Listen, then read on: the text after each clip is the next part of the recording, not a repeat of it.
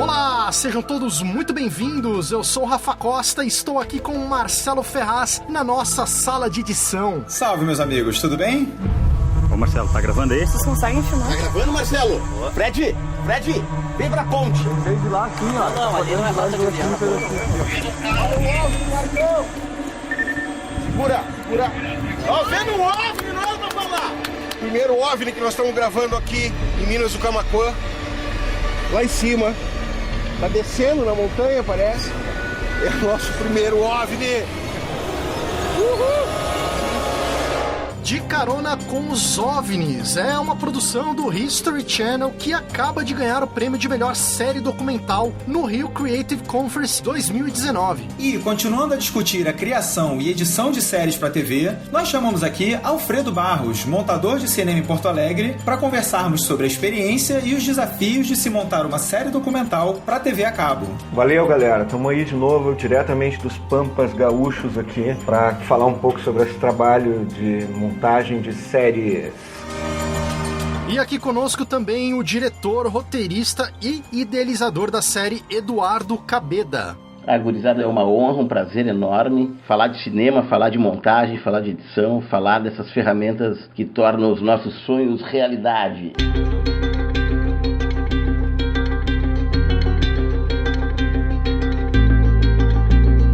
Pessoal, antes da gente embarcar nessa carona aí com os OVNIs, a gente tem algumas novidades muito legais pra vocês, então segura um pouquinho aí que eu acho que vai valer a pena. Pois é, Marcelão, como a gente anunciou aí, pré-anunciou no último episódio, a gente ficou de anunciar nesse agora, né, os detalhes, então a gente vai lançar aqui pra vocês uma ótima notícia. A gente vai ter no dia 20 de julho o primeiro encontro do Sala de Edição. Olha aí!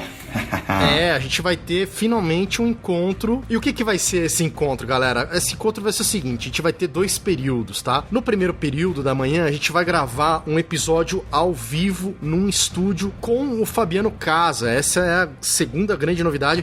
Ele vai estar aqui no Brasil, em São Paulo. Ele tá vindo pra cá já. E a gente vai abrir, né, esse estúdio pra quem quiser acompanhar, poder ver ali o Casa de perto, a mim, o Marcelo, enfim, os colaboradores do Sala de Edição que moram aqui no Brasil. Acompanhar a gravação e fazer perguntas, né? Interagir com a gente durante o programa. Sim, vai ser tudo ao vivo ali. A gente vai estar tudo dentro do estúdio. A gente pensa até em estudar algumas formas de vocês participarem, quem estiver por lá também. A gente passar um microfone e fazer um super bate-papo bacana lá com vocês. Agora, o mais legal disso tudo, Marcelão, fala pro ouvinte aqui em primeira mão, a gente nem esperava isso, né? Mas a gente fez um convite especial e ele foi aceito. Quem vai estar lá com a gente também é o Lucas Gonzaga, que é o editor que a gente já fez aqui, né? Ele já participou de alguns episódios com a gente, já fez um episódio especial, inclusive só sobre a carreira dele, né? Que é um editor brasileiro, mas que fez muito sucesso na gringa. Ele editou o filme do Anthony Hopkins, o Solace, editou aqui no Brasil Dois Coelhos, que é super famoso. Ele acabou de editar o Marighella, que é do Wagner Moura. O Mecanismo, da Netflix. O Mecanismo, do Padilha. E o Lucas vai estar com a gente nesse episódio ao vivo, junto com o Casa. Ele que também conhece o Casa. Eles se encontraram lá nos Estados Unidos, inclusive. Fizeram amizade, né? Eles se conheceram lá. Então, o Lucas Gonzaga, quando soube também que o Casa tava vindo, falou, pô, quero participar. A gente convidou ele e, cara, tô até sem acreditar até agora aqui. Não sei nem como é que vai ser esse negócio. Ainda mais ao vivo, né, cara? Quero ver de segurar essa peteca aí. Mas a gente conta com vocês, galera, e estamos muito empolgados. Vai ser um episódio muito legal. A gente vai falar sobre a vida do Lucas, a vida do Casa, como é que é essa coisa deles trabalharem fora do Brasil, nos Estados Unidos, né, em Hollywood. O Lucas que tá nos filmes, nos seriados, sendo produzidos lá, inclusive filmes de lá, né? E o Casa que é o diretor, o filmmaker, mais conteúdo, televisão, internet, né? Que trabalhou na Globo, Internacional. Então os dois vão dar ali as duas visões pra gente sobre como é que é trabalhar lá fora. Então a gente vai aproveitar ao máximo a presença deles lá nesse grande episódio ao vivo e a gente conta com a presença de vocês. E lembrando, Rafa, que esse é um evento gratuito, né? Então basta você se inscrever. Essa é a melhor parte. Exatamente. Então vai estar aberto ali para quem quiser participar, assim, vai ser uma honra receber vocês todos lá e é só se inscrever, a gente vai dar daqui a pouco os detalhes, se inscreve, aparece lá no horário e a gente senta para gravar e trocar ideia com vocês. A entrada é gratuita, mas galera, fica ligeira porque não cabe muita gente no estúdio, então a gente vai fazer um esquema de vaga limitada limitada, a gente não sabe exatamente ainda quantas vagas vão ser, a gente está estudando isso direitinho para ver o máximo de gente que a gente consegue colocar dentro do estúdio sem atrapalhar, mas assim, se você quiser, manda um e-mail pra gente, se inscreve, porque as vagas são limitadas. Então, pessoal, a gente vai ter esse evento na parte da manhã, a gravação ao vivo, a gente grava com vocês, a gente conversa, a gente vai ter o almoço, a gente sai pra almoçar na rua, eventualmente a gente pode sentar junto, a galera pra trocar ideia durante o almoço, e à tarde a gente tem um segundo evento muito legal que a gente tá planejando, que é o workshop de direção e produção audiovisual com o nosso colaborador Fabiano Casa. Conta os detalhes aí pro pessoal, Rafa, como é que vai ser esse evento? Pois é, Marcelo, a sacada é a seguinte, o Casa, né, como você já sabe, quem ainda não conhece o Casa, se tá pegando de primeira, não sabe quem ele é, dá uma procurada aí nas mídias sociais, ouve nossos episódios anteriores. O Fabiano Casa é um diretor, filmmaker, que tá lá nos Estados Unidos, em Hollywood, né, em Los Angeles, e ele já tá lá, acho que 4 ou 5 anos, se eu não me engano, eu não me lembro direito, mas ele já fez muita coisa lá, ele trabalhou na Globo Internacional, foi diretor de um programa, trabalha com conteúdo, com videoclipe, então assim, ele tá lá, ele tem visto de trabalho e tal, e a gente sempre tá conversando muito com ele, porque a gente sabe que esse é o sonho de muita gente, de morar em Los Angeles, trabalhar com audiovisual em Los Angeles, nos Estados Unidos, né, que é a meca aí da produção audiovisual. Então a gente aproveitou e convidou ele pra compartilhar com a galera, né, sobre como é que é isso, como é que é trabalhar lá. Então ele bolou um workshop, o tema é Destaque-se sem perder a identidade, é um workshop de direção e produção audiovisual com o Casa. Mas para falar melhor aí desse workshop, a gente pediu pro Casa gravar uma mensagem para vocês aqui, então ouçam agora aí o recadinho do Fabiano Casa para vocês.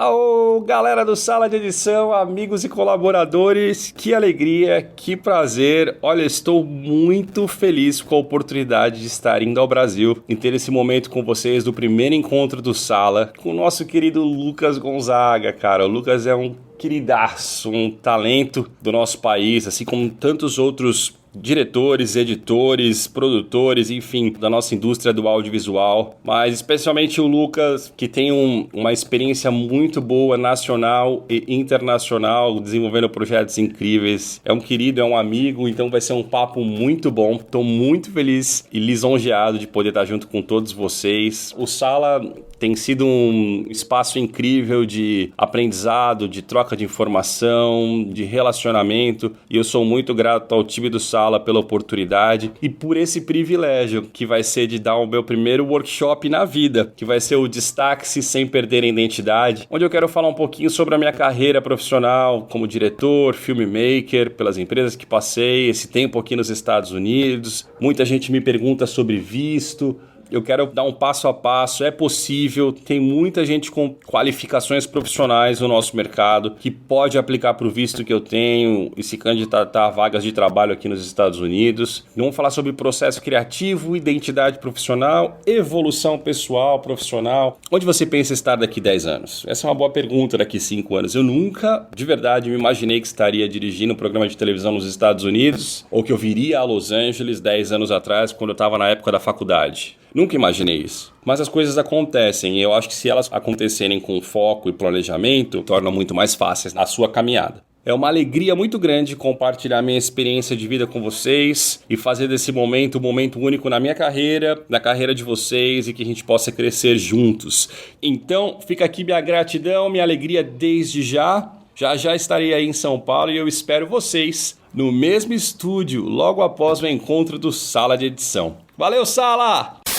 Esse workshop da tarde vai ter um valor de entrada, um investimento para cobrir a questão dos custos. O Casa está vindo de fora, também ajuda a ele a cobrir custos da viagem dele para cá. E também é uma contrapartida, obviamente, para o conhecimento, para as coisas que vão ser trocadas ali dentro do evento, né?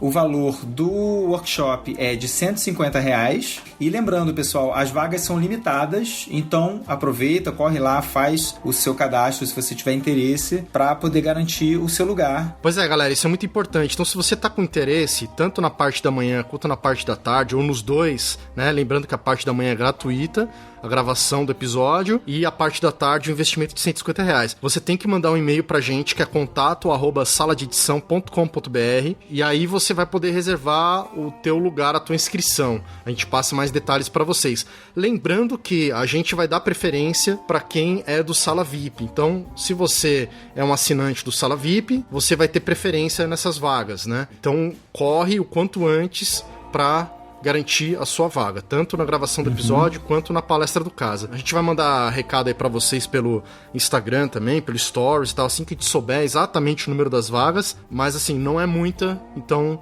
sejam ligeiros, porque o cara tá vindo aí, é uma oportunidade muito única.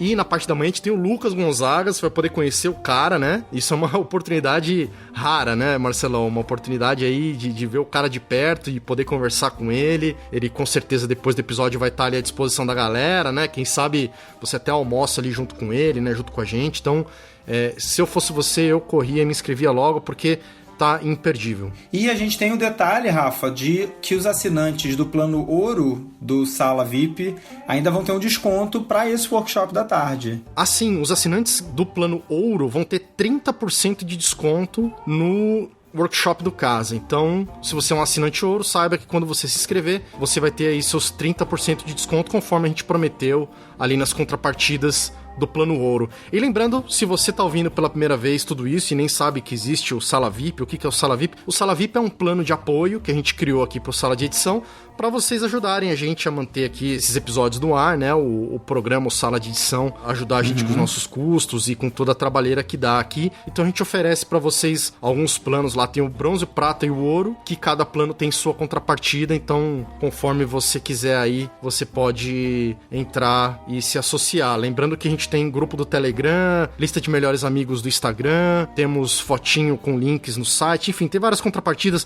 Entra lá no PicPay, descontos nos eventos, exatamente. Entra lá no site do saladeedição.com.br, tem lá uma abinha lá, Sala VIP, tem todas as informações, tem um videozinho lá de como é que você entra no PicPay, não tem muito erro também, só baixar o PicPay, criar um usuário lá, achar a gente lá que nem no Instagram, @Sala de Edição, e você pode assinar, fazer sua assinatura e garantir aí os seus benefícios e a sua preferência pro primeiro encontro do Sala de Edição. E o pessoal que assinou o Sala VIP em qualquer um dos planos já tá lá com a gente no Telegram trocando ideia, né, Rafa? Trocando ideia comigo, com o Rafa, com os colaboradores todos do Sala de Edição. Já tá rolando legal, o grupo, né? Lá, tá legal pra caramba. Pô, mandar um abraço, exatamente. A galera. Pô, eu confesso que eu me surpreendi, assim, tá tendo uns papos legais, né, cara, exatamente, de ideias, de pauta, dica, de edição, tá muito legal mesmo. Dicas de software, a gente tá muito feliz com essa interação e a coisa só vai crescer, a gente tá muito agradecido, muito feliz do pessoal ter comprado a nossa luta de tocar o podcast e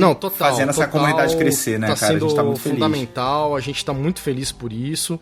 Inclusive, se você ficou curioso, se você rolar aí no nosso feed, aí nos detalhes do episódio, você vai ver, tem os nomes aí de todo mundo que tá colaborando com a gente. Agradecer imensamente essas pessoas aí. E se você quiser também ajudar a gente, entra lá no Sala VIP, se inscreve e nos ajude. E pessoal, lembrando, se vocês tiverem alguma dúvida, a gente está colocando um banner com todas as informações desse evento ao vivo do Sala de Edição em todas as nossas redes sociais, então só dá uma procurada aí que vocês vão encontrar tudo ali listado, bonitinho, não tem erro, tá bom? Então guarda na agenda, dia 20 de julho, 20/7 de 2019, primeiro encontro do Sala de Edição. Vai ser um prazer encontrar vocês, galera, de verdade. Bora pegar carona? Bora lá. Vamos ser abduzidos. Meu nome é Fred Morsch, terráqueo, brasileiro e mochileiro ufológico.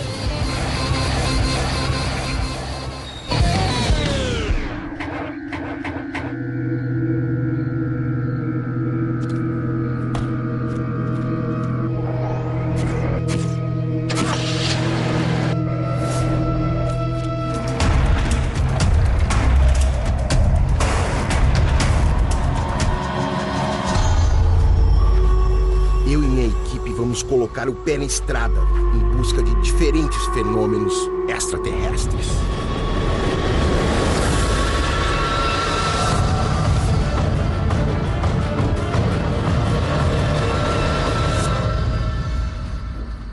Eduardo e Alfredo, muito obrigado mais uma vez, cara, por vocês estarem aqui conversando com a gente. E, Eduardo, eu sei que o pessoal te chama de Duda, não é isso? A gente pode te chamar de Duda? Deve, por favor, Marcelo. Então, Duda, explica pra gente o que é exatamente o De Carona com os OVNIs. Bom, Marcelo, De Carona com os OVNIs é uma série, ela tem um formato híbrido, na verdade, né? Mas ela acaba sendo classificada no mercado como mais pra linha doc-factual, né? Embora a gente tenha sido premiado na categoria de série documental, essa foi uma opção de quem nos colocou nessa indicação e nessa formatação, digamos assim, né? Mas ela tem elementos de reality, ela tem elementos daquilo que a gente chama também de fiction reality, que é buscar uma linguagem e digamos assim, um fio condutor um tanto quanto cinemático para a narrativa, né? E também o aspecto do factual, que é aquela coisa que é absolutamente os espaços que são preenchidos próprios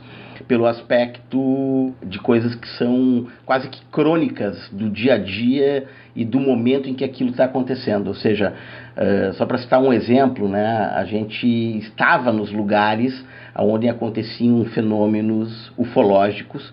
A série é isso, é um mochileiro ufológico que percorre, digamos assim, pela primeira vez foi feito isso, percorre 13, faz uma rota ufológica percorrendo 13, porque são 13 episódios, digamos assim, regiões do país onde acontece uma gama dos mais diversificados fenômenos ufológicos, ou que aconteceram ou que continuam acontecendo, e nesses lugares a gente acabava, muitas vezes, nos deparando com situações que eram de fato do momento, ou seja, nós inclusive tivemos a oportunidade de captar com as nossas câmeras um OVNI durante as gravações. Então, assim, isso diz parte do factual, assim como o reality faz parte daquela ideia de que existe um conceito de realidade em tudo que a gente está fazendo ali, seguindo o nosso drive character, seguindo o nosso host, né? E ao mesmo tempo documentário, porque a gente tem as câmeras abertas para tudo que está acontecendo e ao mesmo tempo interferindo de alguma forma nesse universo real, assim. Ela é uma série que pauta, não tem a obrigação de ser uma série para desbravar nos moldes científicos o fenômeno, que intriga e muito a todos nós, o fenômeno UFO, né? Seja através de casos de abdução, a gente vai atrás do chupa-cabra, a gente vê situações que são os orbes, que são bolas luminosas. A gente desbrava uma série de fenômenos interessantes ao longo dessa primeira temporada, né? Uhum. Todos eles acontecidos no Brasil em décadas diferentes e, como eu falei antes, que até seguem acontecendo. É um mochileiro que faz, às vezes, o nosso anfitrião, o nosso host, é um mochileiro, é uma pessoa que gosta de rock and roll, que é despojada, que anda numa Toyota Bandeirante e que pega a estrada em busca de realizar o sonho de encontrar de cara com esses fenômenos e de pisar nos lugares onde eles se tornaram icônicos, né? E é uma figura que faz os olhos do público. Então, a série tem essa coisa meio de road movie, tem esse lado aventuresco, tem um pouco de comic relief, e é um híbrido, como eu falei. Ela se enquadra em vários formatos já bastante conhecidos da televisão, especialmente da televisão a cabo, né, da televisão fechada. E o apresentador é o Fred Morse, não é isso? Que é o mochileiro, faz essa figura aí guiando os espectadores. E essa ideia, você é o idealizador da série. E como é que você chegou até esse projeto? Na verdade, assim, eu e o Fred somos os idealizadores da série, né? Eu vou contar um pequeno segredo aqui, que para muitos talvez não seja, mas para boa parte das pessoas que estão nos ouvindo deve ser, com certeza. Eu e o Fred somos, além de apaixonados pelo tema, nós somos primos irmãos e trabalhamos com audiovisual há mais de 20 e poucos anos. Então, a gente sempre brincou, sempre projetou a ideia de fazer alguma coisa ligada a essa temática, né? O Fred nada mais é do que ele mesmo dentro da série. Dito isso, parece muito fácil, né? Mas à medida que a gente encara alguém que vai conduzir isso de uma forma televisiva, o Fred, que já trabalhou e teve experiência como produtor em outros projetos audiovisuais, em outros projetos relativos a cinema e relativos a institucionais, comerciais e até mesmo séries de televisão, o Fred sempre viveu o outro lado. Então, botar ele para frente das câmeras para ser ele mesmo não foi uma tarefa muito fácil, foi um desafio para ele também muito grande, mas era uma vontade nossa de lidar com isso e de aprofundar um gosto pessoal, assim, sabendo, claro, que o mercado, especialmente o canal, buscavam por isso enquanto players, né? O History tinha essa demanda, e não só essa demanda, como também isso dentro do aspecto de um selo do canal, né? E nunca havia sido feito, né? Ou seja, a gente sabia do interesse, sabia que era algo que estava por ser feito também. É a primeira série nacional ufológica feita inteiramente para o brasileiro. Isso que eu ia perguntar, eu achei muito... Eu não lembro de ter visto nada do tipo nacional. E ao mesmo tempo, quando eu fiquei sabendo, pelo Alfredo, ele já tem falado aqui nos episódios faz um tempo, né? Tá pra finalizar. Quando ele passou o link, eu fui assistir. Eu achei muito interessante porque não parece que é nacional, né? Tem aquela coisa de tudo bem, às vezes é legal que pareça também, pra gente passar a nossa perspectiva e tal, mas eu acho que quando a gente vê esses programas gringos, a gente tá acostumado com History, com Discovery e tal, você tem uma qualidade ali de muito tempo que já se faz isso e tal. E aí quando você puxa e ver um programa desse, tinha hora que eu jurava que estava sendo dublado por alguém. Tanto que eu lembro que quando eu percebi que o apresentador tinha a voz do dublador, entre aspas, eu falei, nossa, que legal, é o cara. E aí eu falei, puta, que massa, é brasileiro isso, sabe? Eu achei muito interessante isso. Desde a abertura, né? A abertura também me deu essa impressão, é muito bem produzida a abertura, né? Aquela coisa dele na estrada e, né, que vai para um laboratório e daqui a pouco vem a nave, também tem essa pegada bem gringa mesmo. Bom, ele é bem legal a gente tocar nesse assunto por várias razões, assim, né? Quando a gente concebeu o projeto, né, e entre as minhas, digamos assim, tarefas estava escrever, né? E eu estou falando de um passo antes de roteirizar, né? Que depois a gente vai chegar na montagem, a gente vai falar disso, que eu acho que vai ser a parte mega interessante, e eu tô louco para ouvir o Alfredo também falar sobre isso. Mas enfim, quando isso ainda era o projeto a ser vendido, a ser, digamos assim, um projeto que o History abraçou, levou inclusive para a History Internacional, esse projeto tem esse caráter, né? Ele é um projeto que foi vendido lá fora, então a gente tinha algumas obrigatoriedades e algumas premissas que partiam exigências que partiam do próprio canal, né, como um manual de passo a passo de produções originais e tudo mais, mas a gente também tinha uma ideia de transformar isso sabendo que a gente possivelmente iria passar em uma série de lugares e percorrer um circuito de televisão fechada maior do que apenas o circuito nacional, né? A gente sabia que a gente estaria falando em algum momento para a América Latina, sabíamos que estaríamos falando em algum momento para o México, para os Estados Unidos, para o circuito também pan-americano, que eles chamam, que envolve todas as Américas, né? Que ele possivelmente seria dublado em espanhol, enfim. Então, assim, essa demanda, quando veio para ser uma série internacional, a gente também teve, na origem do processo, antes mesmo da realização do demo, que veio a ser o piloto, né? A gente também teve a preocupação de entender muito o canal, entender muito a linguagem, entender muito a estética do canal, o público com o qual ele já se comunicava dentro do país e fora dele. Então, a gente criou uma gramática visual, aquela abertura teve, obviamente, um storyboard, né? Eu vou falar com o meu braço direito nessa empreitada, o grande montador Alfredo Barros aqui, que depois vai contar isso com detalhes, que eu acho que é mais interessante do que eu falar, mas é engraçado, eu gostaria que o Alfredo falasse sobre o nosso primeiro corte da abertura, né? A gente tinha uma sensação de que, mesmo seguindo o storyboard, a gente tinha uma noção de tempo daquilo que era maior, era menor do que acabou sendo, para depois a gente poder fazer os cortes finais que nos cabiam para duas aberturas diferentes também, né? Uma de 30 segundos e uma de 1 minuto, para poder ter essa variação e essa exigência dentro de cada episódio. Então a gente tinha que poder jogar com o conteúdo de cada episódio também, porque alguns tinham 22 minutos e outros tinham 24. Então, assim, a origem é uma origem minha e do Fred lá, e essa coisa gringa, ela tem a ver com o mercado para onde a gente estava fazendo. Eu acho que ao mesmo tempo ela também é muito brasileira, porque não só todos os personagens acho que tem um panorama do Brasil que vai do sul à Amazônia, ao extremo norte do país. Sim. Eu acho que os personagens têm os seus sotaques, as suas línguas e as suas particularidades, se referem ao objeto voador de forma distinta, né? No Ceará eles chamam de aparelho, né? Então, essas coisas são muito peculiares e são muito brasileiras, assim.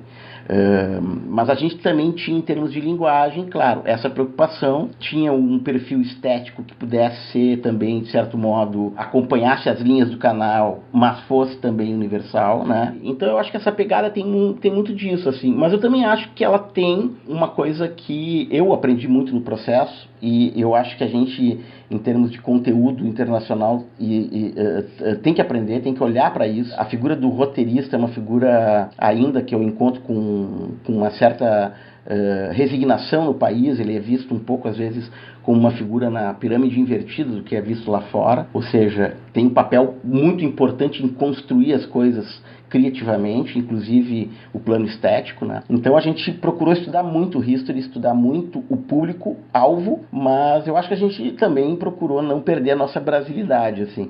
E claro, ela tem algumas coisas que acabam criando essa imagem de, puxa, eu já vi isso em algum lugar, ou, isso é bem a cara do canal, poxa, isso aqui é mais gringo, é bem gringo e tal. E claro, também tem a ver com o aspecto de que teve sem falsa modéstia, um apuro técnico estudado, assim. A gente buscou imprimir também, a ideia sempre foi essa, numa produção original, o que a gente pode ser de diferente das outras produções, né?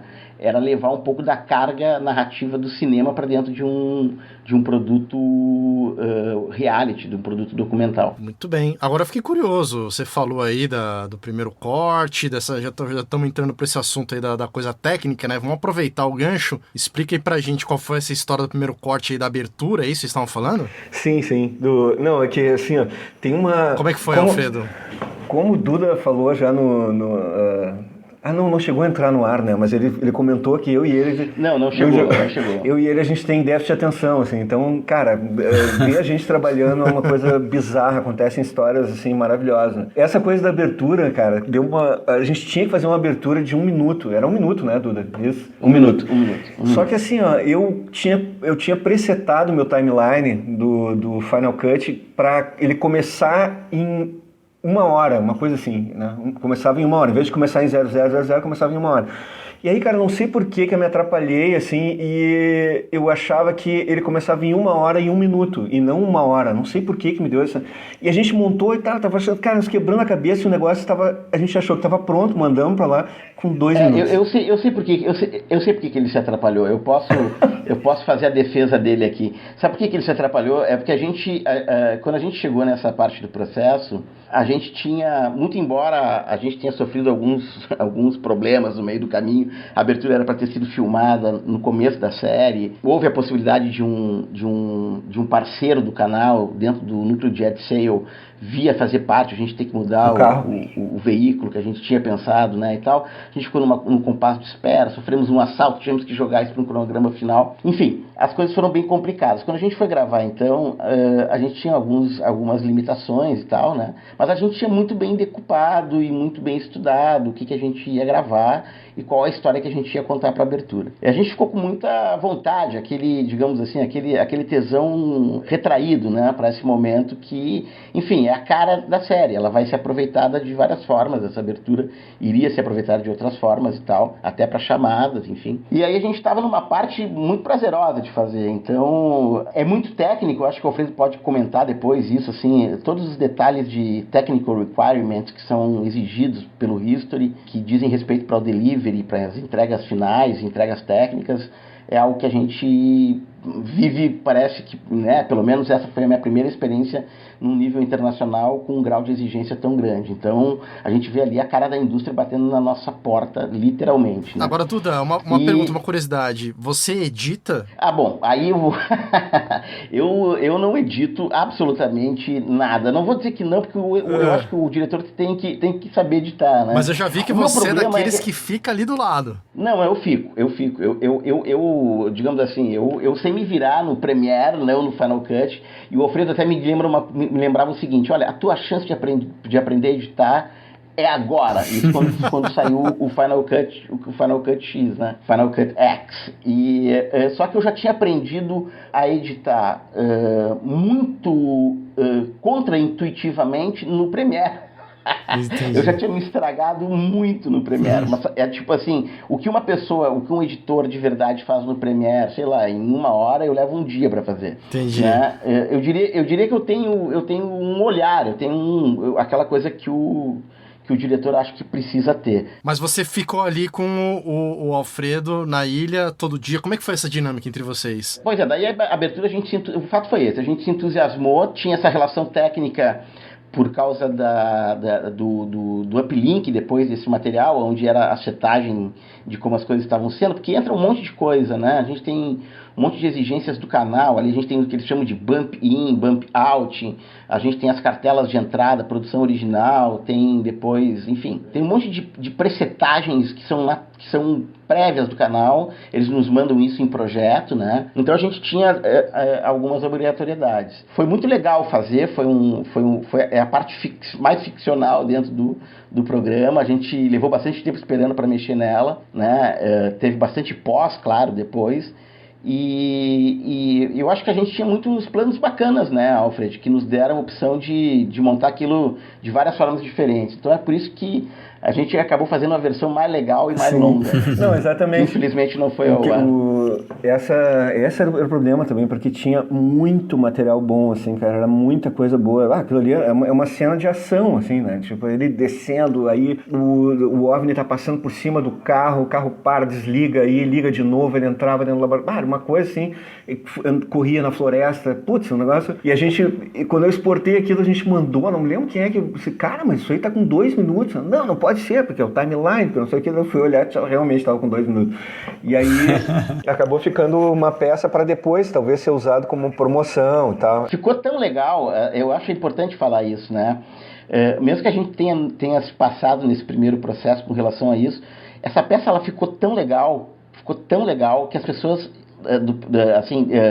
que estavam à frente dessa, ainda na cadeia de aprovação dentro do próprio canal, de conteúdo, com a parte de produção executiva e tudo mais, as pessoas ninguém imaginava que aquilo tinha mais do que 1 minuto, entendeu? Sim, isso. Ninguém ficou olhando ali, né? Tanto que o canal disse, não, nós vamos aproveitar isso para fazer uma peça publicitária da série, sabe? Que legal. Porque foi uma coisa que foi muito espontânea e ficou super bacana, sem falsa modéstia, ficou muito legal mesmo. Ficou muito legal, sim, ficou muito bacana. No fim das contas, vocês devem ter refinado ali e acabou ficando com 1 minuto mesmo, né? E deve ter dado uma dorzinha no coração, não deu não? Na hora de fazer essa redução? Foi muito doloroso. Deu. E aí até teve uma coisa assim, porque eu tinha o Alberto também era um dos montadores lá, e aí assim, cada um vinha o Alberto Feoli, né, que já gravou aqui com a gente, que é nosso amigo aí, aliás, mandar um salve e um grande abraço. Um abraço, eu vi, tava vendo a ficha, tava vendo a ficha do programa que eu vi lá, inclusive mandar um outro abraço aqui pro Rafael Duarte, que foi quem fez a cor, né? É verdade. Sim, exatamente. Que é um amigo meu também, enfim, já trabalhei junto com ele já fez cor pra que um legal, documentário que eu montei. Eu conheci ele aqui em São Paulo, quando ele morava aqui, e agora ele tá aí no Rio Grande do Sul, a gente sempre tá em contato, ele e a Thaísa, né? Um beijo pros dois. E a Thaís, Thaís. Thaís, muito exatamente. Gente boa eles. E ele é muito talentoso. Eu também, acompanhei o processo da cor de pertinho, assim, e essas histórias de bastidor, infelizmente, não acabam chegando ao público, né? Espectador. Em alguns casos viram documentários muito bons, por sinal, mas nem sempre isso é possível. E, enfim, foi uma diversão à parte, assim, e ao mesmo tempo um engajamento e um tesão muito grande de fazer e de trocar ideias e de ouvir coisas muito legais e foi muito bacana também todo esse processo de pós aí. Mandar um beijão pra eles, mandar um beijão pros dois. Aí. Legal, um beijo pra eles lá, pro Alberto também. E pra Silvia, né, que foi a... Silvia. E pra Sil, a nossa maestra, né? Tivemos a oportunidade de conhecê-la lá no encontro da IDT também, quando veio pra São Paulo. Verdade. Isso. Muito bacana. Todos os meus amigos gaúchos da área estão nessa série. Muito legal isso. Mas você tava falando, Alfredo, sobre o Alberto, né, a participação dele. Sim, exatamente. Não, é que assim, nesses vai e vem, nessas frustrações que tinha, como é que nós vamos reduzir aqui, não sei o que, aí vinha o Alberto, tive uma ideia, ele foi lá e ele usou um fest, né, o Alberto monta muita publicidade rádio, assim, então ele tem, assim, a coisa de reduzir com ele, né? Aí ele chegou e colocou um fast na hora que o Fred tá correndo em direção à nave, ali tem um fastzinho, assim, que aquilo ali a gente ganhava tempo, porque ele ia caminhando, a corrida dele era meio lenta, assim, aí o Alberto colocou aquilo ali, e a gente fez mais umas 2 propostas, eu mexi um pouco o Alberto, mas a gente juntou as nossas 2 ideias, né, para poder fazer essa versão de 1 minuto, assim, e foi o que nos salvou, assim, para conseguir fazer, ter o tempo que o canal precisava, né. Ele salvou preciosos frames ali. Sim, isso é uma coisa que era legal até da Talho, porque a gente tem isso, né, que agora, infelizmente, a Talho tá em stand-by, né, mas tem essa coisa de poder trabalhar junto, vários montadores, então a gente poder, tá ajudando na sacação do outro, assim, né. Verdade. Verdade. E ali, nessa série que tinha um mundaréu de trabalho, então acabou acontecendo, assim, que os outros montadores, né, a gente começou a série, porque vendo o Duda falar, antes da série existir, quem não conhece ele vai pensar, o cara é muito falastrão, tipo, vai fazer isso, fazer aquilo, que não sei o quê. Imagina fazer um negócio com qualidade Hollywood e tal, né? Tu pode achar que o cara ele fala, mas é falastrão, assim, né? Que não vai sair o negócio. Fala muito, eu quero ver isso aí de pé depois, né?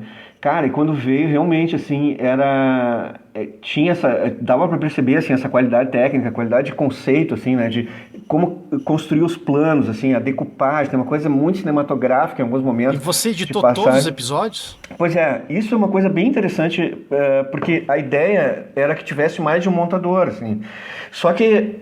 Então, assim, normalmente nesse tipo de projeto, o que acontece? A equipe está filmando, porque foram 6 meses de filmagem, né?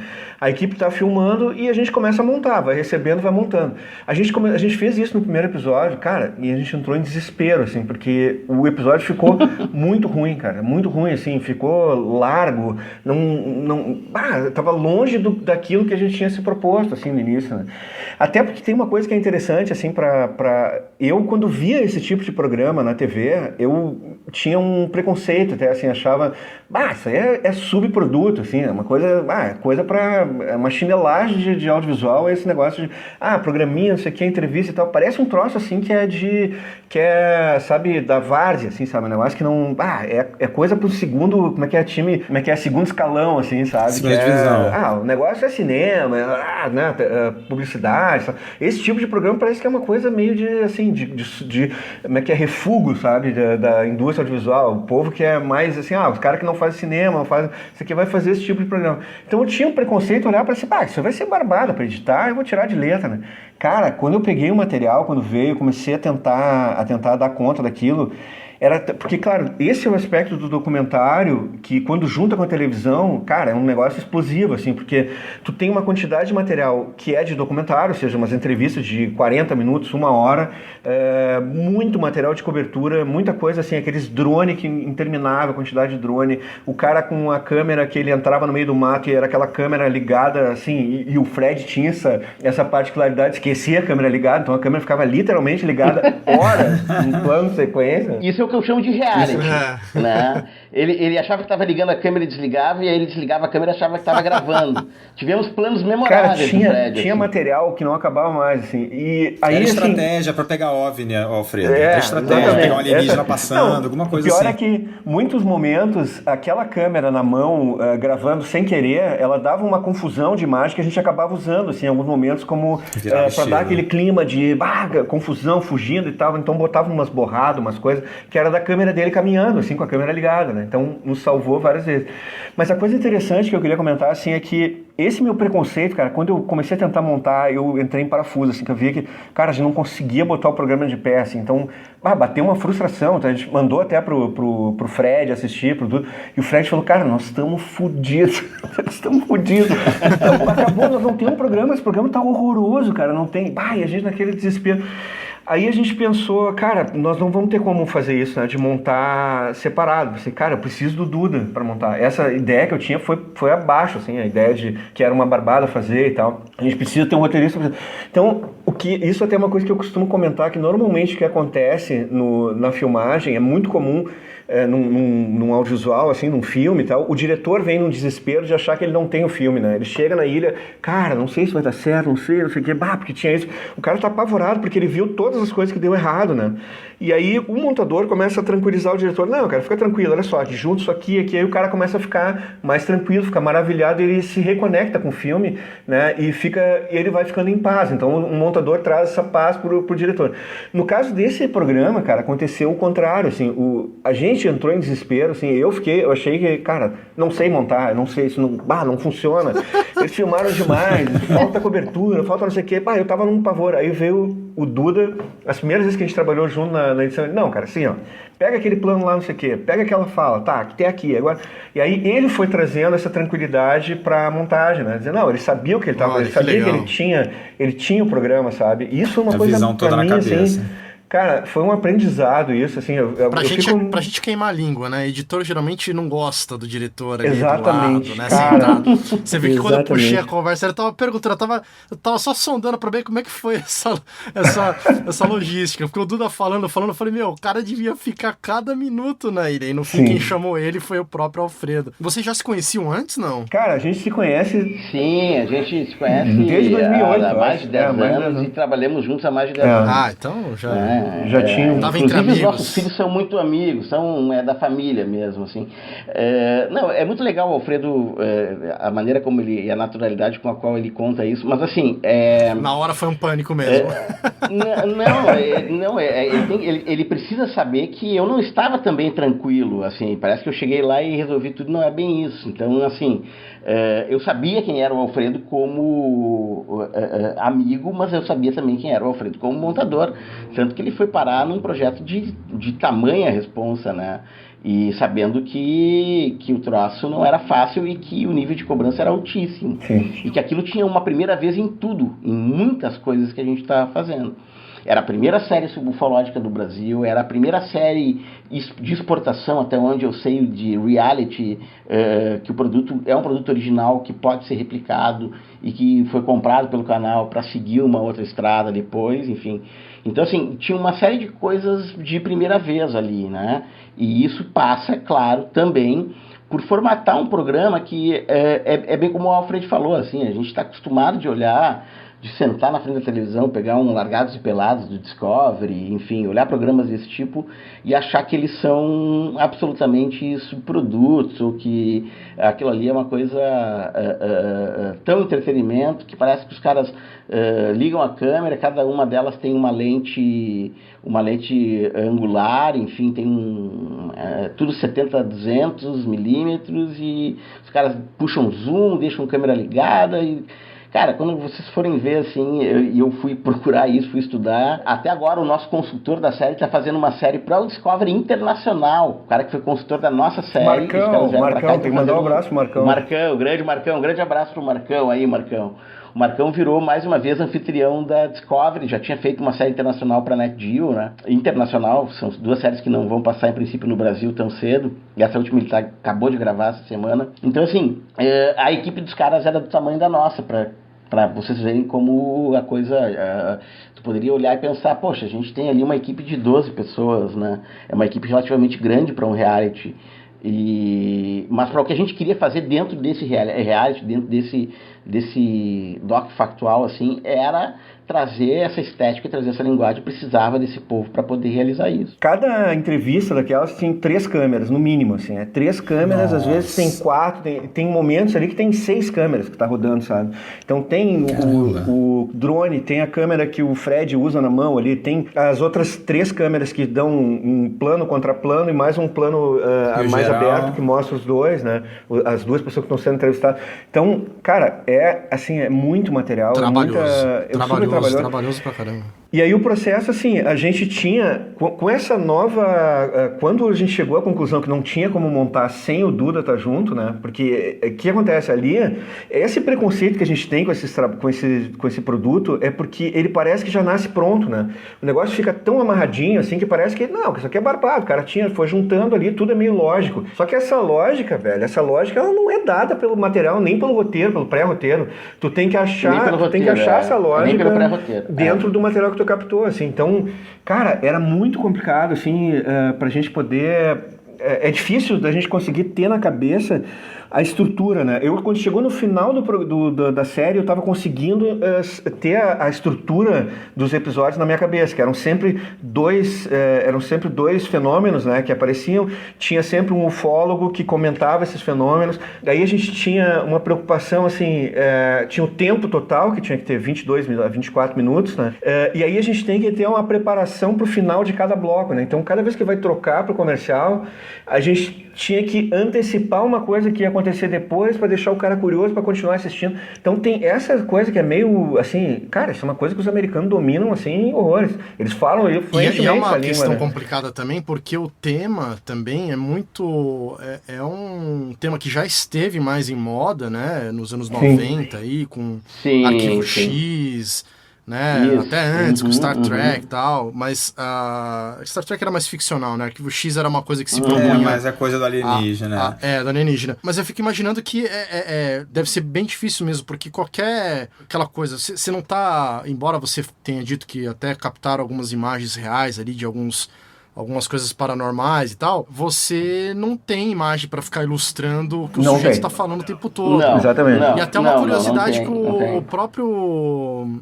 que o Marcelo tava falando comigo aqui, ele até achou curioso, né, Marcelo? Que você falou interessante como não é uma série que ficou encenando, né? Eu achei muito interessante isso. Exatamente. Vocês não têm uma reencenação, como muitas vezes a gente pode ver num programa com essa pegada. A gente tem um docudrama, né? Isso, de dramatizar o acontecimento, que é digamos assim, é um formato que normalmente acaba sendo feito por duas equipes diferentes nos Estados Unidos, né? A gente teve a experiência no Brasil aqui, por exemplo, do Contato Extraterrestre. Então a equipe que cuidava do aspecto documental era uma, e a equipe que fazia, que coordenava, e que é uma logística muito pesada e envolve um orçamento às vezes bem maior do que o nosso, diz respeito a uma construção ou uma reconstituição de cena, que é o docudrama, né? Mas ao mesmo tempo, para a montagem, isso tem um caráter, digamos assim,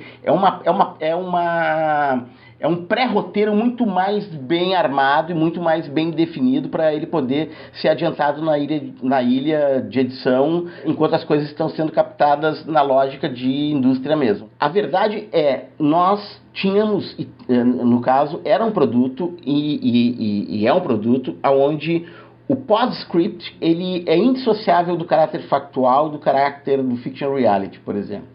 Ele é absolutamente indissociável, né? A gente tem a voz em off, que vai simplesmente fazer determinadas costuras desse pós-script narrativo, entendeu? Assim como a gente tem elementos que surgem dentro de um ambiente, de uma esfera documental natural. Né? É um personagem, uma entrevista que caiu e que não rendeu, é um cidadão que estava lá no posto de gasolina e viu um OVNI e é mais legal do que tudo que eu pudesse ter previsto antes no meu material de pesquisa. Tem prova material que não funciona, cara que não quer entregar prova material, e tem prova material que a gente descobre depois do nada e que pode se encaixar e ilustrar o que a gente está dizendo. Então essas coisas todas, elas tinham que ser guiadas por alguma coisa, e esse alguma coisa era poder enxergarmos a estrutura dramática completa do programa em cima de cada material, que era uma surpresa muitas vezes que acabava vindo. Então o Alfredo não poderia fazer mágica nenhuma em tomar partido e conhecimento por uma questão de tempo e por uma questão de não ter participado do set de filmagem e entender a importância de cada prova, de cada relação disso. Pois é, e eu fico imaginando isso no telespectador, porque exato, a gente, quando assiste um documentário desse, por mais believer que você seja ali, você, né, ou que você goste do assunto, que você acredite nessas coisas, sempre se parte do pressuposto, a lógica comum é de que é mentira, uma coisa que não existe, né? Então você tem que vencer a barreira do irreal. Isso. A gente tinha uma preocupação muito importante. A gente teve a gente pensou em coisas que se tornaram, digamos assim, se tornaram pautas de um código, digamos assim, um código ético, narrativo, dramático que a gente gostaria de seguir e a gente seguiu. Um deles, estarmos de verdade em cada lugar onde esses fenômenos aconteceram. Isso parece muito fácil, mas a gente não sabia o quão difícil acabaria sendo. Ou seja, tinha lugares em que o fenômeno tinha acontecido que eram aventuras para o Indiana Jones e não para uma equipe de 12 pessoas, entendeu? Porque chegar até elas era muito difícil, literalmente. Considerando ainda uma outra coisa que cada coisa que aparece na imagem tem que ter autorização de tudo que tu pode imaginar. Considerando toda a parte jurídica legal de um canal e de um grupo e de um grande grupo de televisão que foge muitas vezes daquilo que a gente está acostumado a fazer em audiovisual nacional, ou seja, a preocupação jurídica que a gente estava lidando com 3 países e com 5 cidades, né? E material de arquivo, né? Tem muita coisa de arquivo também. E material de arquivo. A gente estava lidando, por exemplo, para aprovação de cada offline com Nova York, com São Paulo, com Miami, com Caracas e com Porto Alegre. Então, cada lugar desses dependia de fazer a sua parte para poder chegar ao primeiro offline. E depois ao segundo, ao terceiro, até efetivamente aprovar o nosso online. Mas o que eu fico pensando, o ponto que eu queria chegar é o seguinte: eu fico imaginando a dificuldade na edição para que tudo isso que para vocês é uma grande verdade, vocês estiveram lá, tudo bem, filmou e tal, mas se você não editar de uma forma correta, crível, né, fica não crível, né, fica você joga tudo, rasga tudo, né, quer dizer, você tem que ter um cuidado muito especial ali pro cara não parecer um charlatão, Rafa, né? Cara, mas ali, o que acontece? Como eu tava vendo os depoimentos inteiros, né, e mais do que isso, porque a gente tinha acesso também, que é uma coisa importante falar, porque cada personagem desses nos entregava materiais e muitas vezes eram filmagens que eles tinham feito. Então, filmagem no celular e tal, sabe, que eles filmavam. Aí tu fala, não, mas aquilo ali pode ser um efeito. Não, a gente estava pegando o material que o cara, tipo assim, arquivo de celular. Aquele cara não editou aquele material, o material que a gente recebia, e ali no caso, assim, eu não tô vendo uma coisa no YouTube, eu tô realmente pegando o arquivo que o cara me deu do celular dele, do iPhone e tal. Em alguns casos, tinha mais de uma pessoa no lugar filmando com mais de um celular, entendeu? Eu recebi esses arquivos, o arquivo do Android e o arquivo do iPhone. E aí, cara, o mais impressionante de tudo, que aí, assim, que eu me arrepiava, assim, às vezes, é que eu escutava a fala das pessoas enquanto estavam gravando aquilo. Então, assim, cara, olha lá, tu viu, piscou, não sei o quê. Não, agora tá ali, tá caindo, olha que tá mostrando, tá pegando. Sabe, o tipo de coisa que eles falavam era que me dava mais, assim, ficava mais impressionado, né? No fim, eu realmente, assim, tem coisa que eu não tenho explicação, que eu ficava, mas será que tal? Mas, cara, não tem explicação. Eu falei pro Duda até a coisa que mais eu fico impressionado, na verdade, além dos discos voador ali, é muito mais do que os discos, na verdade, é os agroglifos, né? Eu sempre falo pra ele que os agroglifos é aqueles desenhos que fica nas plantações, assim. Pois é, essa parte me impressionou também, cara. Aquilo ali é realmente inacreditável, velho. Aquilo ali eu acho muito louco uma hora que eles falam lá que no meio do negócio pega celular numa área que não tem sinal de celular, mas lá no meio do agroglifo o celular pega, né? Esse fenômeno, por sinal, só pra abrir um parênteses mesmo, esse fenômeno, ele, assim como o Alfredo, ele também me impressiona muito, e ele foi feito um intercâmbio de pesquisa, né, envolvendo, eu acabei ficando amigo do Gary, né? O Gary King, que veio até a gente para falar na série sobre isso, né? Então, assim, o Gary faz essa pesquisa dele a vida inteira, entende? É uma pessoa absolutamente dedicada a esse fenômeno, porque ele é de Wiltshire, onde isso começou a acontecer no final dos anos 60 e começo dos anos 70. Então ele nasceu e ele cresceu vendo o fenômeno. Ele cresceu vendo o fenômeno crescer, diga-se de passagem, porque os círculos começaram de um simples, único e isolado círculo a começar a ficar desenhos cada vez mais complexos, assim, né? Então, pegando esse gancho do Alfred, assim, e falando de outras provas, de outras situações, eu vou dizer o seguinte para vocês, retomando o nosso código, né, que a gente pensou, a gente então tinha a preocupação de realmente estar nos lugares, por mais difícil que isso fosse.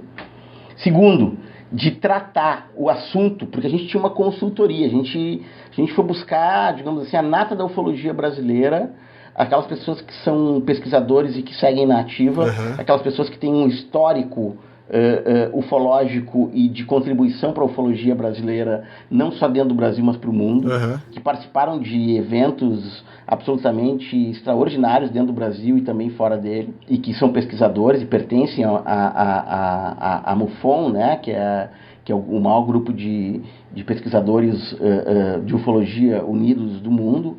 Então, assim, essas pessoas nos deram e nos receberam de braços abertos. Vou deixar um abraço aqui para todos os membros da ufologia brasileira e que, de certo modo, também foram não só personagens, mas contribuíram com a consultoria da série, embora a gente tivesse um consultor, que é o Marcão, a quem a gente já se referiu aqui, permanentemente viajando conosco para todos os episódios. E ele não só fazia as viagens, como ele fazia uma pesquisa de campo à parte. como pesquisador. Ele não perdia a oportunidade de fazer. A gente terminava de gravar, ele pegava a testemunha para ele, então ele ia lá e dissecava prato a história cheio, dela né? e tudo mais. Prato cheio. Então, assim, a gente tinha uma preocupação de falar do assunto de uma maneira séria, mas ao mesmo tempo que não ficasse no tocante exclusivo à comunidade ufológica. A gente sabia muito bem que o espectador era um espectador interessado, mas que poderia não ser um fiel interessado, fosse um interessado ocasional e que também achasse o programa interessante. Então a gente tinha, entre outras premissas desse código, a ideia de que se a gente não tivesse efetivamente uma grande prova para aquele programa para ser entregue, naquela ideia de prometer para o espectador entregar alguma coisa e no final não entregar nada, que era uma coisa que a gente não queria, é que a viagem fosse muito verdadeira, que a condução do Fred fosse muito verdadeira e que o programa fosse legal pela jornada do mochileiro por si só. Eu acho que isso a gente conseguiu fazer. Eu acho que a gente conseguiu entregar para o espectador uma aventura ufológica que deixou ele com perguntas ou com um programa, ou com a sequência do programa na imaginação dele, querendo ver aquilo mais e mais vezes e por mais tempo de duração. Essa foi uma leitura que a gente pôde fazer pós-exibição, assim. As pessoas queriam que o programa tivesse 1 hora e não 26 minutos, 24 minutos. Isso foi muito legal. Eu como primeiro espectador, digamos assim, que é o que estou montando, eu sou a primeira pessoa junto com o diretor que vou ver a coisa tomando forma, assim. E tinha uma coisa que era divertida igual, por mais que, cara, chegava no fim, mas a gente não explicou, a gente não consegue mostrar a prova, não define se isso é uma coisa ou é outra, o que é, não consegue desvendar algum segredo, um mistério e tal. Deixar o cara com aquela pulga atrás da orelha, assim, mas realmente tem uma coisa que aconteceu ali que é bizarra, cara. Não sei, pode ter uma explicação científica, mas é bizarro. Então, é exatamente isso que o Duda falou, a gente, aquela viagem, mesmo que eu não saiba, ou nem o Fred descobre, os próprios pesquisadores às vezes não têm uma explicação nem ufológica, às vezes para poder decidir se é uma coisa ou outra, ter percorrido aquilo ali, ter tomado contato com aquele mistério, digamos assim, já foi divertido, né? Então ele tem essa coisa do entretenimento que é... E aí tem que ter um domínio da narrativa para fazer esse negócio, sabe? Que eu acho que é o mérito do Duda, assim, que eu via.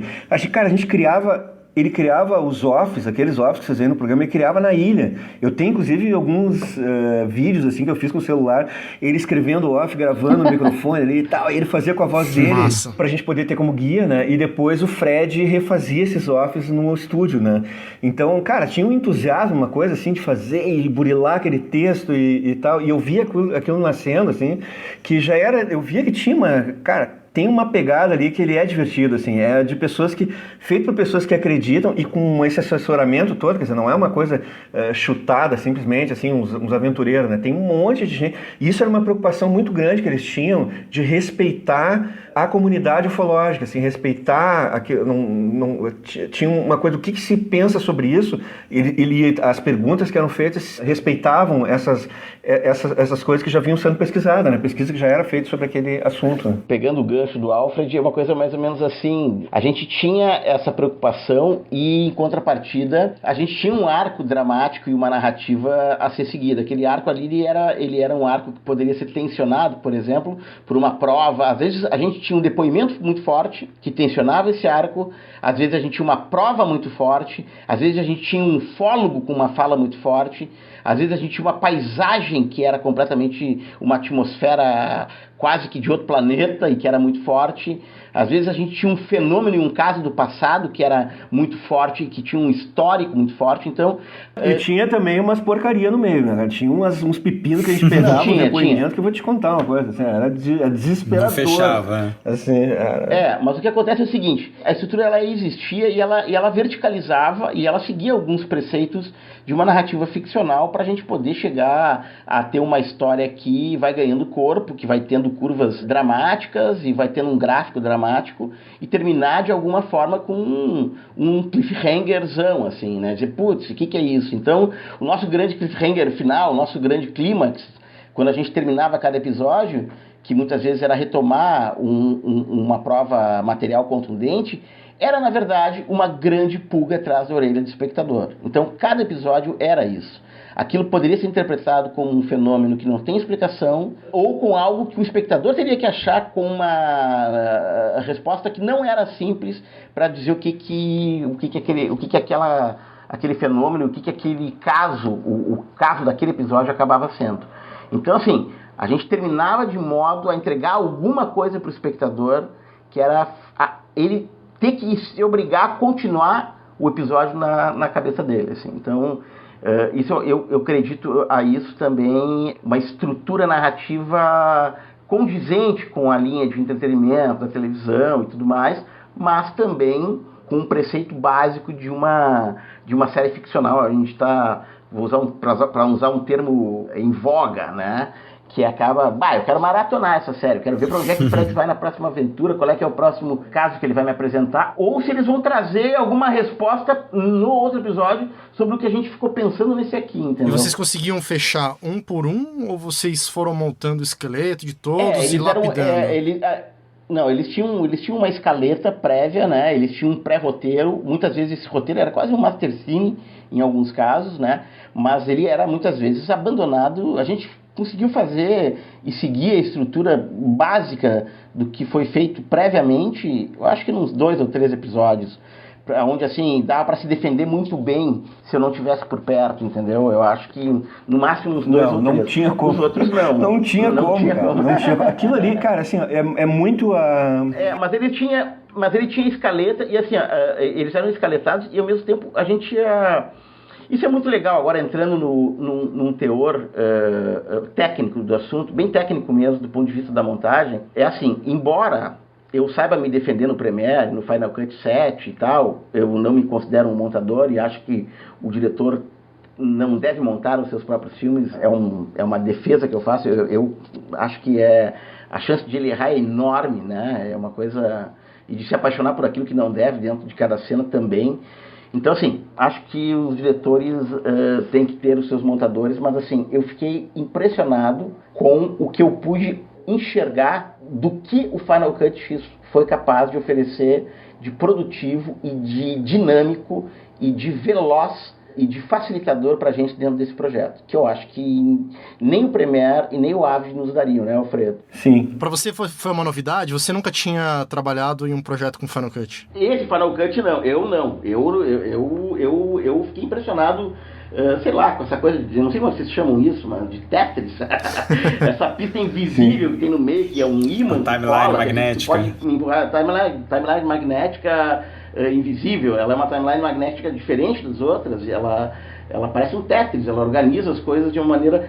E outra, de tu passar, às vezes, digamos assim, o mouse por cima de um clipe e enxergar, sei lá... Como se fosse uma agulha, né, de vinil ali, passou e leu, né? Exatamente, uma agulha de vinil. Quer dizer, eu fiquei impressionado com algumas coisas do Final Cut, assim, que eu acho que, sem querer ser... Eu não sou o expert para falar disso, mas eu percebi mesmo a dinâmica e o como essa ferramenta foi ágil para a gente nesse processo, especialmente quando a gente está lidando com algo que até certo ponto é novo para a gente, com uma exigência tão alta, né, com o sarrafo lá em cima e ao mesmo tempo com uma pressão muito grande para um delivery pesado, assim. Eu pensei isso desde o início. É engraçado ouvir o Duda falando isso, porque ele pegou no meu pé o tempo inteiro, dizendo, não, se fosse no Premiere já estava pronto isso aí, não sei o que, tudo. Ele ficava pegando no meu pé. Né, mas não adianta tu elogiar o Final Cut nesse programa, porque todo mundo sabe que tu é meu amigo, as pessoas sabem que tu tá eu tô puxando a brasa pro Final Cut, tu também vai. Então. Mas quando a gente descobriu que não dava para eu montar sozinho ali, o Duda tinha que estar junto, aí a gente dividiu a equipe, assim, os outros montadores que estavam nos ajudando ali, que era o Alberto e o Raoni, também mandar um abraço pro Raoni, que foi um braço direito do processo de organização também, o grande tagueador. E o Lucas, que fez um trabalho sujo muitas vezes, né? O Lucas, que é meu ex-aluno, né? O Lucas Oliveira. O Lucas fez um trabalho de organização inicial ali, que era decupar a câmera do Fred ligando quando achou que tinha que desligar e por aí. Porque tinha isso, a câmera tinha que assistir, então eles assistiam as brutas ali, e iam colocando marcas. Além do tagueamento, tinha uma coisa de marcar pontos, assim, imagina que uma gravação de 2 horas, mesmo com tagueamento, se eu coloco ela num timeline e o cara me coloca marca onde, aqui tem uma coisa importante, eu posso passar o mouse ali, já vou direto para os pontos em que estão as marcas.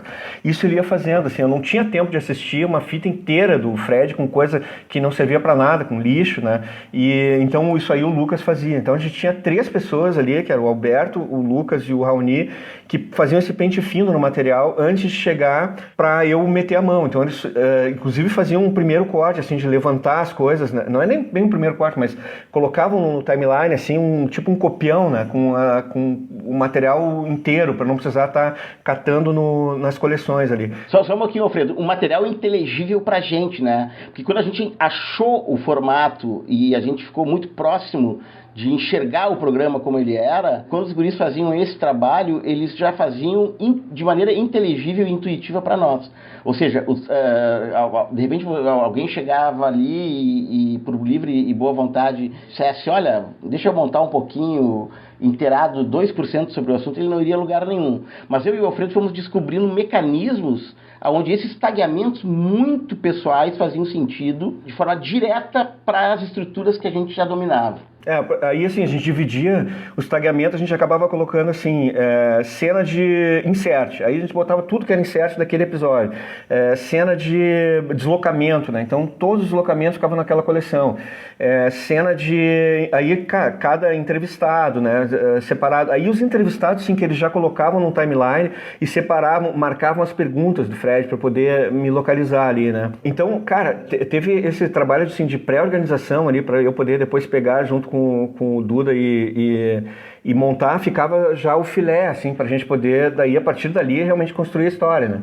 Uma outra coisa que é interessante falar sobre isso, sobre o Final Cut, é que me surpreendeu também o History, porque eles interferem muito tem uma bíblia de como, técnica, assim, de como a gente vai produzir isso. Eles aprovam desde as câmeras, eles colocam, assim, vocês podem filmar com tal câmera, botam, aí essa câmera que era manual, assim, que o Fred segurava na mão, a gente teve que pedir autorização para eles, para ver se aquela câmera estaria aprovada para uso no programa. Então, eles autorizam, assim, eles determinam qual é o frame rate que a gente ia filmar, qual câmera que ia usar. A porcentagem da utilização quer dizer, a gente tinha que dominar, por exemplo, o programa com a câmera A, que era 70%, Sim. Se não me falha a memória. A gente tinha tanto de interferência de imagem de arquivo. Tinha um percentual, que não poderia passar de 10%. Cada episódio só podia ter no máximo né? tanto por cento de imagem de arquivo, não podia ter mais do que isso. Então, tudo isso eles determinavam. E uma das coisas que eu achei interessante que eles determinam é qual o software que tu pode editar o programa. E eles aceitavam 2 softwares, né, Duda? Que era ou o Avid ou o Final Cut. E não o Premiere. O Premiere eles não aceitam. Isso é uma coisa assim, cara, que a gente pensou, porra, tu pegar um negócio desse tamanho, cara, uma série dessa envergadura, assim, e aí, não, vamos fazer no Final Cut. E eu senti total segurança de fazer no Final Cut, até porque eu já tinha feito o Yonlu no Final Cut com o Dodge, e o Dodge estaria no projeto, então, assim, eu fiquei super tranquilo, porque o Dodge foi que é o da Post Frontier, até a gente tem que fazer um episódio com o Dodge, porque ele é o nosso... Um abraço pro Dodge aqui. Grande abraço. Um abraço pro Dodge, grande abraço. O Dodge era o cara que mais tinha experiência, assim, com produção de primeiro mundo, assim, né? O cara trabalhou não sei quantos anos em Londres lá e tal, de supervisor. Ele trabalhou, inclusive, na Discovery, fazendo o papel de quem receberia o material que a gente estava enviando. Então, assim, Então, ele era o cara dentro da Discovery que fazia isso. Ele foi supervisor de pós-produção para vocês. Isso, exatamente. Supervisor de pós-produção. E gerente de mídias, né? Total, assim. Ele tinha todo o controle do workflow de todas as etapas, assim, e de organização disso, né, e de gravar isso, masterizar em LTO. A gente tinha toda a segurança de seguir um procedimento. Ali nós sabíamos que a gente não poderia fazer de outro jeito se não fosse copiar o padrão industrial dos caras, porque era minimizar riscos ao extremo, assim. Entre entregar e não entregar poderia estar ali. Isso que a gente foi pego de surpresa em alguns casos, tipo assim, acontecia, eventualmente, foi muito poucos, eu diria, em que um arquivo ficava difícil de ser encontrado, entende? E muitas vezes isso, a gente tentava fazer um caminho para entender aonde essa leitura tinha falhado, entende? Como é que aquele material não tinha sido decupado para poder entrar dentro do formato de delivery numa falha de processo de filmagem lá, porque tinha que ter assim, tinha um cara que fazia os time-lapse, por exemplo. Esse time-lapse não estava junto, o material do time-lapse não entrava junto com o resto do material do programa, então ele acabava seguindo um fluxo separado. O negócio não chegava, a gente precisava daquilo, então tudo tinha que ser centralizado na figura do... Não, eu tô falando eu até não tinha pensado nisso, Alfred, eu tinha pensado em outra coisa. A gente tá lidando com um procedimento vivo, que é o procedimento como os caras fazem. É indústria por isso, são engrenagens que estão girando o tempo todo. Ou seja, não é assim, a gente filmou, agora a gente vai montar e depois a gente vai entregar. A gente estava filmando e estava partindo para o processo de montagem e estava partindo para o processo de entrega, para poder cumprir um prazo completamente de indústria mesmo, de TV, né? Então, assim, em alguns momentos a gente tinha material de arquivo chegando. E muitas vezes a gente acabava se atrapalhando com o material de arquivo que chegava, entendeu? E aí a culpa não era de A, X ou Y, entendeu? Era assim, aquilo era um corpo estranho no nosso fluxo, porque a gente, digamos assim, a gente foi aprendendo a fazer muitas coisas dentro desse processo. Não, então tem uma coisa que acontece normalmente em produção que é assim, não, a autorização a gente pega depois. Não, o material de arquivo tu me manda depois, assim, tá aqui meu endereço, me manda. E eles foram aprendendo na filmagem que assim, cara, ou tu pega na hora o que tu tem que pegar de autorização, de material pra levar junto, ou então depois tu não acha mais pessoas, tem cara. gente, é um negócio assim. Tem coisas que nos trancaram depois do projeto estar aprovado dentro do canal para ir pro ar. E aí não tinha como, eventualmente estava fora do formato, né? Mas assim, é um aprendizado gigantesco, porque eu não tenho vergonha de dizer isso. Aliás, eu adoro aprender, adoro ler, adoro estudar tudo, e estou para dizer para vocês o seguinte, que isso é uma coisa que eu acho que ninguém nos tira, né, Alfred? Essa série, ela tem esse caráter de ao mesmo tempo encarar o monstro, no sentido de ser uma confecção de grande envergadura dentro de um processo industrial para um conteúdo internacional. Sim, e que no nosso caso tem um processo meio artesanal, né? Porque o jeito como a gente faz é meio artesanal, é meio de descobrir. E aí passou por... A gente aprendeu a fazer ali. Também. Mas a gente está aprendendo na marra, muitas vezes, a lidar com uma coisa que para eles é um fluxo padrão de organização. Mas isso também tem a ver, isso tem a ver com muita coisa. Isso tem a ver com cultura, formação, com grana também, né? Quer dizer, eu diria que o background deles é maior. Já tive a oportunidade de estudar isso também. Em alguns aspectos o background é mais forte, muito mais forte do que o aspecto que diz respeito a quem vai a campo, ou seja, e também é o seguinte, né, eles estão lidando como contadores de história desde do colegial. Exatamente. Então, é uma relação diferente com o processo de fazer esse tipo de conteúdo de entretenimento para televisão. Não, isso é uma coisa até que, deixa eu só comentar sobre essa coisa industrial, que assim, onde para mim ficou claro assim, o quanto eles são avançados nessa questão de indústria, né, como que o negócio funciona. A gente tinha acesso, eles nos disponibilizaram um banco de trilha, que é um negócio assim, cara, que é inacreditável. A quantidade de trilha que tem ali dividida por tema, cara, assim, subtema, sabe? Sonho, né? Perseguição. Cara, assim, ó, é inacreditável, cara, assim, o que é. Sonho é um pesadelo, né? Porque não, exatamente, tem um lado também. que é um pesadelo. A gente passava, às vezes, umas 4 horas, eu e o Dudo escutando, cara, isso aqui é genial, cara, a gente escolhia as trilhas. Aí, assim, lá pelas tantas, eu adoro. Eu descobri, velho, que eles têm, além disso, que ele tem as trilhas estão abertas no programa, então eu posso pegar e abrir aquela trilha, tirar algum instrumento e aí eu tenho uma outra trilha, só de mexer na instrumentação que tá aberta. Eu posso dizer assim, cara, eu preciso... Ou botar o início pra frente, ou fazer uma renderização onde a trilha tem, ao invés de ter 10 segundos, ela casa direitinho. Exatamente, tem algumas trilhas que tem... Todos os gráficos eu preciso... 12 segundos. Exatamente, eu preciso que ela tenha 21 segundos pra bater aqui. Aí eu vou ali, digito o tempo e ele se remonta a trilha ali e coloca e me entrega essa trilha em 21 segundos, no tempo que eu preciso. Então, cara, é num nível de refinamento que é... Pra vocês terem uma ideia, tem de Hans Zimmer a... sei lá eu, dentro de Carona com os Ovos. Então tem coisas... exclusivas feitas pro Rio. Nossa, então tem grandes compositores, não são essas trilhas... eventualmente genéricas que a gente está acostumado, né? Vou fazer uma revelação aos grandes fãs de Stranger Things agora aqui, para todo mundo saber. Rapaz. Essa série pertence ao banco, ela não é uma série original do canal, ela não é uma série original do programa, ela pertence a uma coleção a trilha de composições e de variações, a trilha do Stranger Things, as trilhas temas, né? Incluindo a abertura, a esse banco do Houston. Olha, ou seja, não foi composto para o programa. Não foi. Inclusive a gente usou um trecho da mesma coleção ali, a gente usou umas partes do programa, a gente usa aquela. Um trecho que o programa não utilizou, a gente utilizou.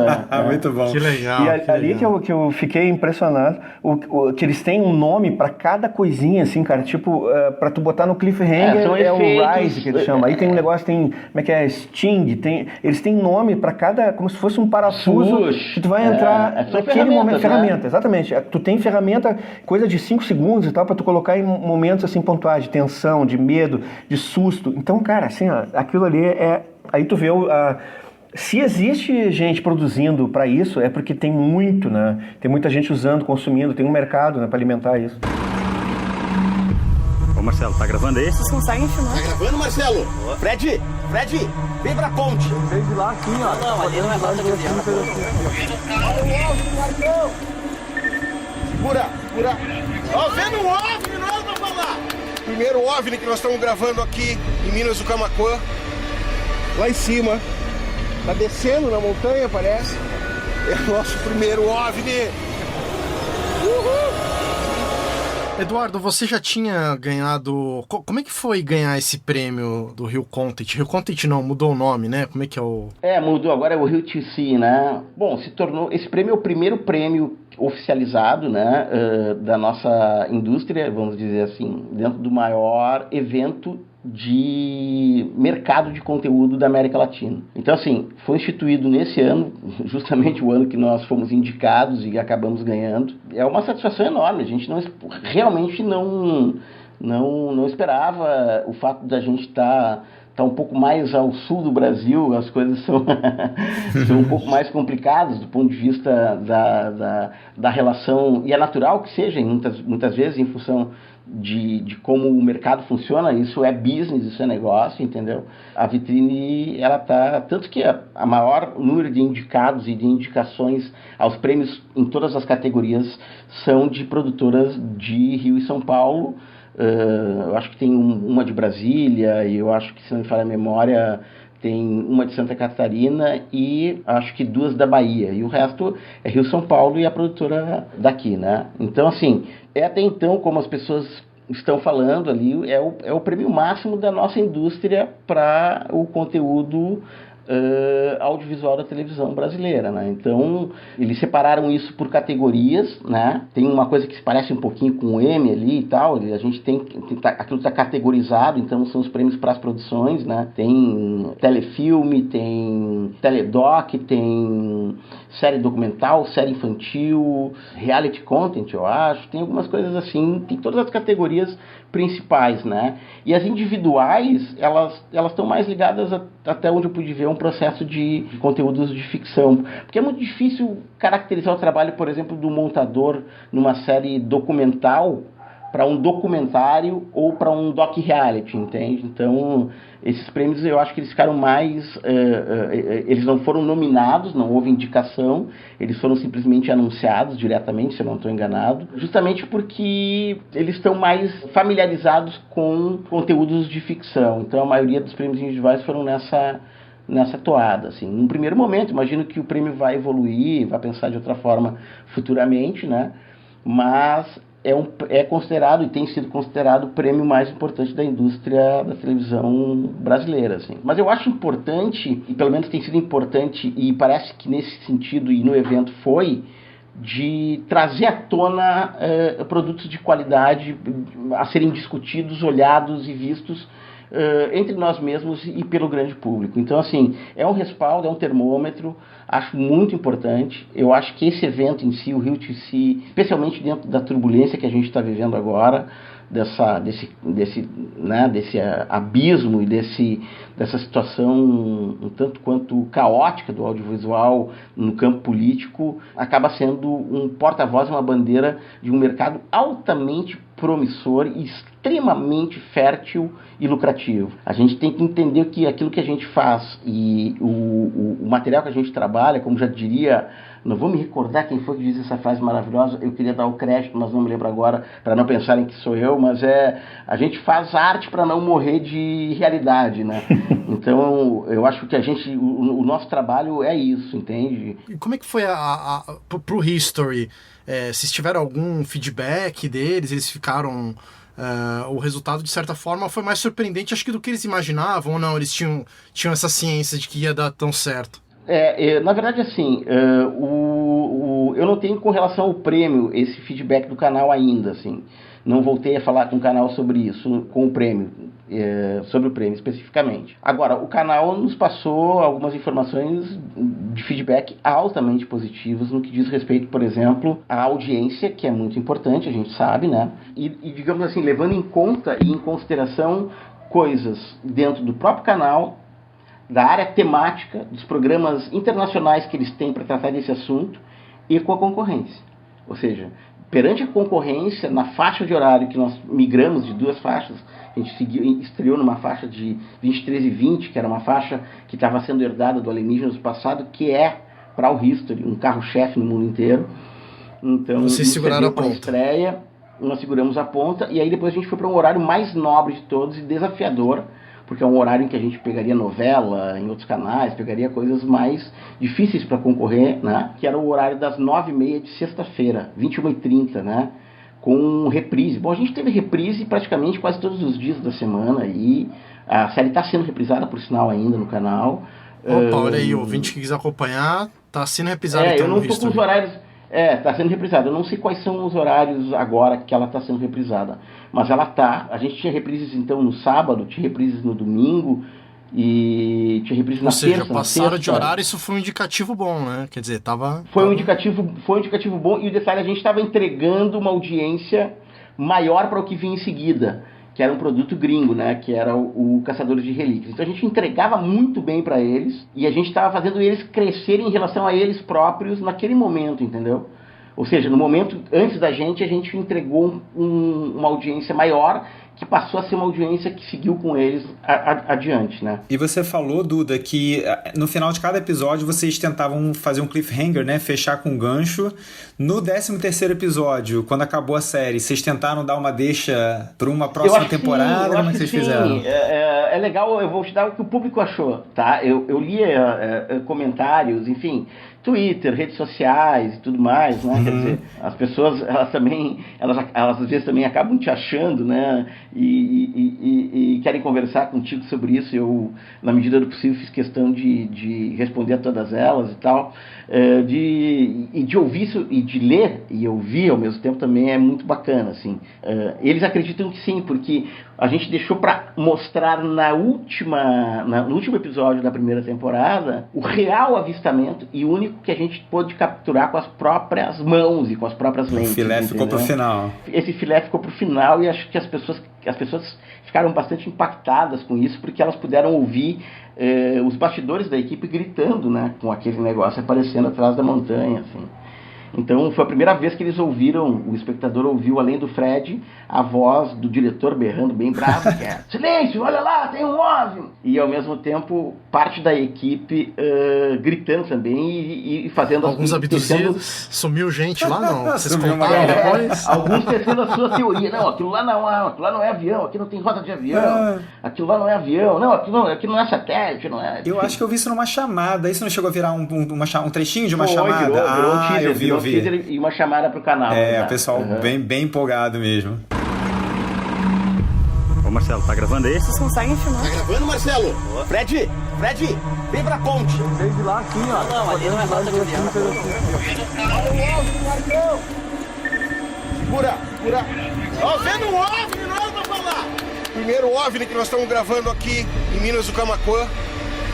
Lá em cima. Tá descendo na montanha, parece. É o nosso primeiro OVNI. Uhul! Eu tô, assim, muito feliz, assim, de poder falar sobre isso, né, cara? Porque, tem tanta coisa de bastidor, tanta coisa que eu aprendi, assim, sobre montagem nesse episódio.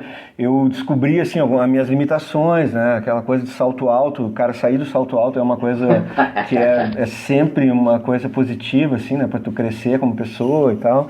Aprendi muito sobre narrativa, sobre televisão, sobre documentário e tal, com esse processo. Eu fiquei, assim, triste, em parte, porque eu esperava que a gente já ia emplacar uma segunda temporada, já ia sair fazendo, sabe? Porque é aquela coisa que é industrial, então vamos lá, vamos botar numa linha de montagem, vamos embora, né? A segunda, terceira, quarta. E realmente, o negócio não funciona bem assim, nós não estamos lá nos Estados Unidos, então aqui, tem que passar por várias instâncias, os caras têm que pegar uma confiança, eu acho, no processo, ver que deu certo, tem que fazer sucesso aqui, fora daqui, para ir então os caras resolver investir. Tem uma caminhada ainda ali, né, da gente...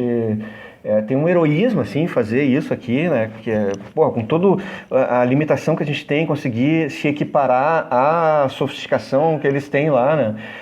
Eu gostaria de deixar registrado aqui uma parte que a gente tem alguns ufólogos gringos que participaram do programa e pessoas ligadas à ufologia que puderam assistir trechos, viram partes de episódios e tal, né?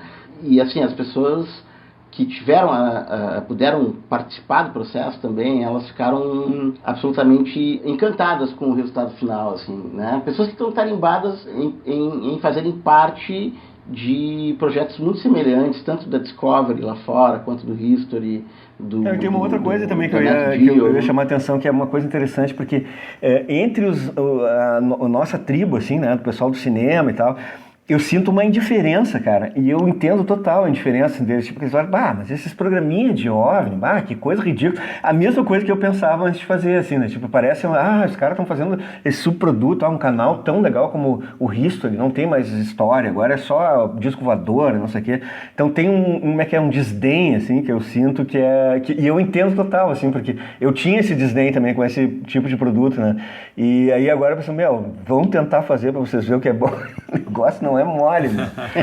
Não é mole, cara. Olha, eu peguei, assim, um respeito, uma admiração. Agora, quando eu vejo esses programas, assim, no Rio, eu fico olhando, cara, assim, eu admiro pra caramba os caras que fazem, sabe? Porque é dureza aquilo ali, não é mole. Eu descobri, inclusive, assim, uma coisa que, por exemplo, eu sinto que eu tenho mais facilidade, que é de pegar assim, eu sei o que vai envolver a cena e eu poder dar um tratamento para aquilo ali, transformar aquilo numa coisa, numa estética, costurar aquilo, né, na montagem. E aí eu vi o quanto eu ainda tenho que aprender como montador na questão da narrativa, sabe, de estrutura narrativa e tal, que é uma coisa que o Duda domina muito. Então a gente combinou duas habilidades, assim, que é o dom que ele tem para contar história e tal, e de conseguir costurar uma estrutura, né, e eu entrei com uma coisa assim de, cara, eu vou levantar, tu levanta as paredes que eu dou o acabamento e faço, né, as aberturas e tal, e vou conduzindo ali, né? Então a gente fechou assim uma dupla boa aí. Exatamente. A gente trabalhou, eu acho que como dupla mesmo, assim, e eu entendo perfeitamente em inúmeras situações o respeito que o diretor tem que ter pela liberdade do último roteiro ser feito, que é o do montador, né? Mas quando o diretor ou o roteirista eles podem contribuir em algum aspecto relativo, digamos assim, a esse processo em construção, é mais fácil de acontecer isso, é verdade, num conteúdo dessa natureza do que num conteúdo ficcional. Eu acho que as coisas podem funcionar bem, eu acho que nesse caso elas funcionaram. Então, assim, eu não estou roubando o papel do Alfredo e o Alfredo não está roubando o meu papel. Eu acho que a gente, à medida que passou horas juntos na ilha, se complementou indiscutivelmente. Cara, eu sou suspeito pra falar, porque eu gosto muito, eu discordo um pouco dessa coisa do Alfredo aí, eu sempre gostei muito desse tipo de conteúdo, eu sempre gostei também de TV a cabo e esses programas de History, Discovery e tal. Mas eu entendo o que você quer dizer, existe realmente um preconceito, eu sofro disso também como editor de televisão, mas olha, parabéns, tá um baita programa, uma baita série, foi uma surpresa muito agradável, a gente assistiu aí para prestigiar o nosso companheiro aqui de podcast, o Alfredo, né, o nosso amigo, e no fim das contas a gente viu que era um material muito rico. A gente falou, não, vamos gravar um episódio disso. Eu me alinhava com o Alfredo também, de ser um pouco mais cético, e eu também eu mudei a cabeça, assim. Falei, cara, quando eu vi a abordagem de vocês com essa seriedade de ser uma coisa mais documental, focada em entrevista, eu também dei uma balançada ali, eu confesso pra vocês. Fiquei curioso. Fiquei bem curioso. Legal.